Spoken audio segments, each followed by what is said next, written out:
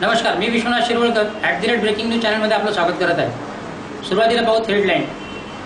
गोदावरी नदीच्या स्वच्छतेसाठी 1 कोटी निधी जाहीर।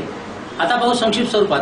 पालकमंत्री दिवाकर रावते यांनी नियोजन भवन येथील पत्रकार परिषदेमध्ये शिवसेना व महापालिकेच्या वतीने स्वच्छता मोहीम राबविण्यात आली, परंतु केवळ स्वच्छता मोहीम राबविण्यात हा प्रश्न सुटणार नाही, असेही दिवाकर रावते यांनी सांगितले।